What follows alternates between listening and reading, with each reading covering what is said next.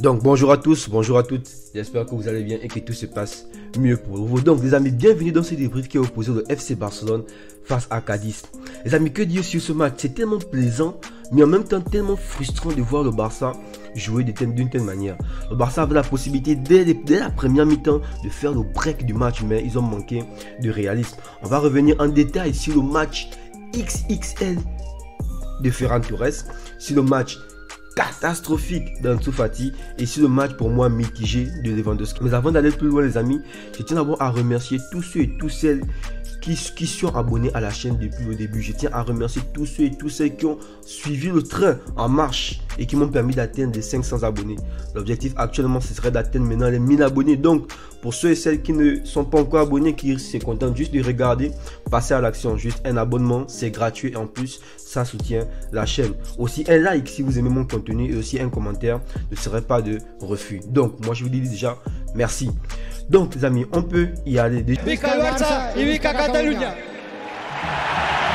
en termes de composition, avant de parler de Ferran, d'Ansu et de Lewandowski, on va parler de la composition que Xavi nous a placée. Et cette composition, pour moi, elle laisse un message puissant. Elle laisse un message extrêmement fort. Xavi nous a mis une composition qui était à la fois équilibrée pour pouvoir battre Cadiz, mais en même temps, elle était réserviste pour pouvoir préparer le match face à Manchester United. Pourquoi je dis une composition qui était à la fois réserviste? On n'a pas vu Rafinha, on n'a pas vu Kessié, alors qu'on sait que Busquets vient tout juste de revenir des blessures, donc c'était pas trop sûr.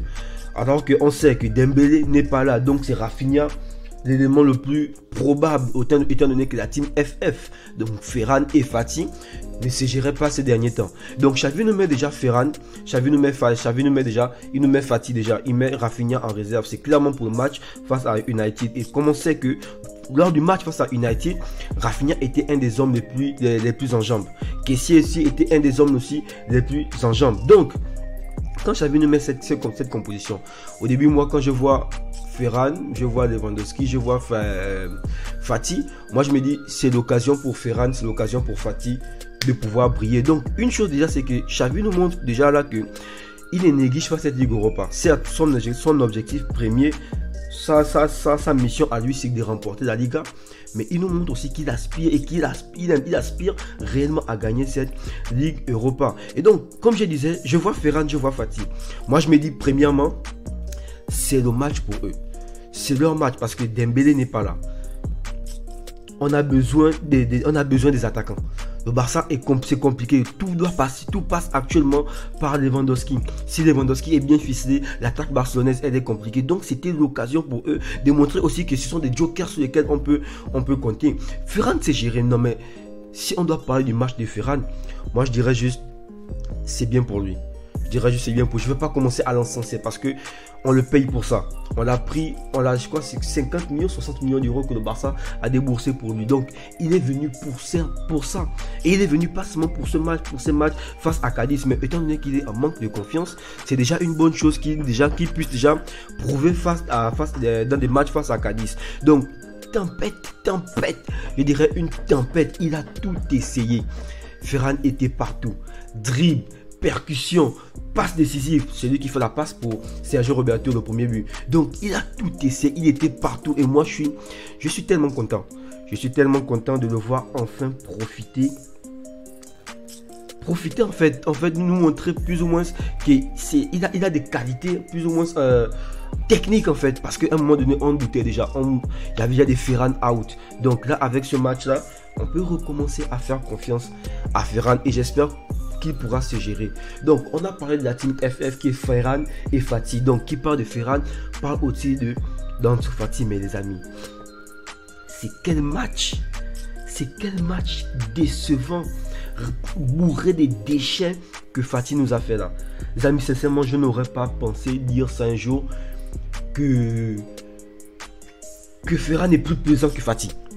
Sincèrement, ces derniers temps, c'est Ferran qui allait de chute en chute. Fati, en remplaçant, de temps en temps, il rentrait. C'était un bon remplaçant, mais Fati nous a fait un match dégueulasse. En tout cas, pour moi, ce match était extrêmement dégueulasse. Et je sais pas, je pense qu'il devrait accepter l'offre de Manchester United ou d'Arsenal parce que Manchester United et Arsenal n'ont pas encore fait d'offre pour Fati, mais ils ont déjà contacté Jorge Mendes, qui est l'agent de Fati, pour pouvoir se procurer les services de Fati. Mais je pense qu'il devrait accepter, parce que ça commence à devenir trop, ça commence à faire trop, et c'est trop pour nous les supporters, et c'est peut-être aussi trop pour lui. Après, on a su être patient avec Ferran. Peut-être qu'on devrait aussi être patient aussi avec Ansu, mais il nous a fait un match décevant. En tout cas, moi, le match d'Ansu, il est très décevant, surtout face à Cadiz. C'est-à-dire, s'il me fait un match comme ça face à United, je peux comprendre, parce qu'en face, c'est du gros calibre. C'est du Varane qui est là, c'est du Casemiro on peut avoir, ainsi de suite. Mais il me fait un match face à Cadiz. Et c'est là où je suis très déçu, sans vouloir manquer de respect à Cadiz, bien sûr. Mais un joueur de Cadiz et un joueur du Barça sont censés être de deux trempes, de deux classes différentes. Donc, j'espère qu'il se gérera. J'espère en tout cas j'espère que lui aussi va prendre un psychologue pour essayer de voir ce qui ne va pas. Donc, on va passer maintenant au match de Lewandowski, les amis. Certains me diront, il a buté, il a staté. Les amis, je ne sais pas pour vous, hein. Sincèrement, je ne sais pas pour vous.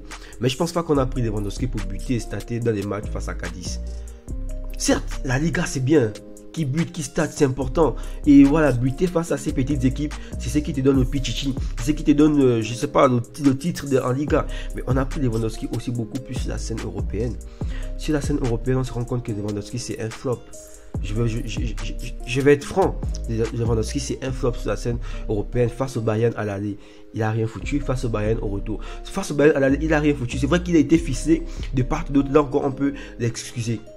Face à Victoria, sincèrement, Victoria, c'est pas une équipe. Je ne veux pas parler de Victoria sur la scène européenne. Victoria, en 3 matchs, ils ont pris plus de 10 buts. C'est pas une équipe, sincèrement. Face à l'Inter, à l'aller, il a rien foutu. Face au Bayern au retour, pour moi, il a rien foutu. Face à l'Inter au retour, il essaie de faire quelque chose. Il nous sort un doublé, si je me rappelle bien.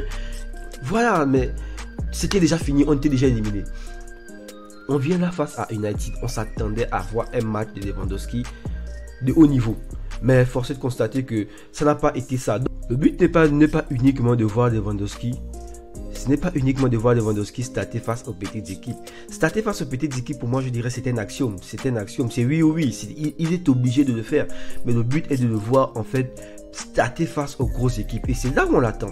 C'est là où il est beaucoup plus attendu. Les grands joueurs sont attendus dans les grandes rencontres. Donc, si dans les grandes rencontres, il ne nous fait pas grand-chose pour... Force est de constater que c'est pas le rendement auquel on s'attendait. Je dirais pas que c'est un flop, non. Mais c'est pas le rendement auquel on s'y attendait. Donc j'espère qu'il va se gérer. Moi j'attends Lewandowski face à ce match retour, parce que le Barça doit poursuivre sa bataille sur la scène européenne. Et ça passe notamment par une qualification en Liga. Donc, quoi qu'il en coûte, ce match de jeudi, c'est une victoire ou une victoire. Il n'y a pas de défaite. Il n'y a pas de nul. Déjà, le nul, c'est pas possible parce qu'il faut forcément que quelqu'un passe. Donc, c'est une victoire ou une victoire. Et cette victoire, pour moi, elle doit passer par le leader de l'attaque barcelonaise qui est Lewandowski. Donc, j'espère qu'il va se gérer. J'espère que Xavi aussi va se gérer en termes de composition. Et j'espère que vous aussi, vous allez vous gérer en vous abonnant, en likant et en partageant le contenu. Et moi, je vous dis merci pour le soutien. Prenez soin de vous, prenez soin de vos proches amis.